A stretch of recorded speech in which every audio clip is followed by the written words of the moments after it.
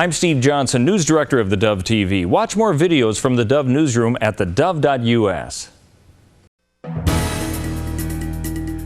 Good morning. It's the top of the hour. I'm Steve Johnson, and this is Mornings on the Dove. A reminder to get our app on your smartphone or tablet. You can also watch the Dove on our website, or you can go to our Roku channel.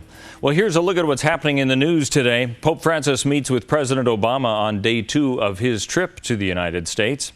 Yesterday, the president and his family greeted the Pope upon his arrival at Andrews Air Force Base in Maryland. On Thursday, Francis will address Congress, and on Friday, he'll speak to the United Nations in New York. Over the weekend, the Pope will take part in a Vatican-sponsored conference on the family, and that's taking place in Philadelphia. Republican presidential candidate Ben Carson says a PC culture is to blame for the fallout over his statement against electing a Muslim president. This past weekend, Carson said he'd rather not see a Muslim president in the United States. He followed up by saying that anyone wanting to be president must embrace the Constitution as well as American principles. He says anyone who does can be president. And yesterday he added that he would also oppose a Christian president who wanted to establish a theocracy. So happens that the majority of people in this country, do believe in Judeo-Christian values, and there's no way that we should suppress their beliefs, and they should be able to live according to their faith.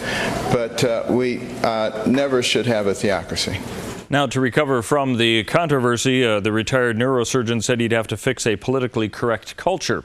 And he called the Muslim president issue a theoretical question that's distracting from important problems. Well, retired Army General David Petraeus has apologized once again for sharing classified information with his biographer and mistress, Paula Broadwell, in his first time testifying publicly before Congress since resigning as the director of the CIA. It was a violation of the trust placed in me and a breach of the values to which I'd been committed throughout my life. There's nothing I can do to undo what I did. I can only say again how sorry I am to those I let down, and then strive to go forward with a greater sense of humility and purpose, and with gratitude to those who stood with me during a very difficult chapter in my life.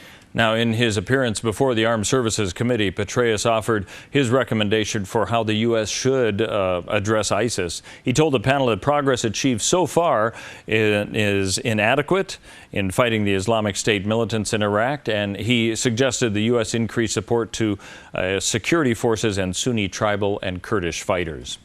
Let's take a look now at what we can expect on the weather scene, and we do have somewhat of a cooling trend that could be expected later on this weekend. For now in Northern California, 85, 88 tomorrow. It'll remain in that zone until 82 on Sunday.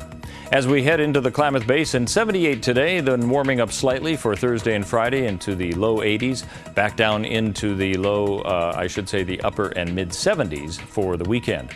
As we move into the Oregon coastal area, cool temperatures, 70 today, 71 both Thursday and Friday, down to 66 for the high on Saturday. As we move into the Bend area of Central Oregon, no rain in the forecast, but some clouds coming in Thursday and Friday. Otherwise sunny today with a high of 77. Highs down to 70 degrees for Sunday. And for Southern Oregon, 84 today, 89 tomorrow, and then down to 81 by Sunday. Now, overnight temperatures will remain in the low 50s and the upper 40s. That's a look at news and weather. You're up to date with the latest here on the Dove.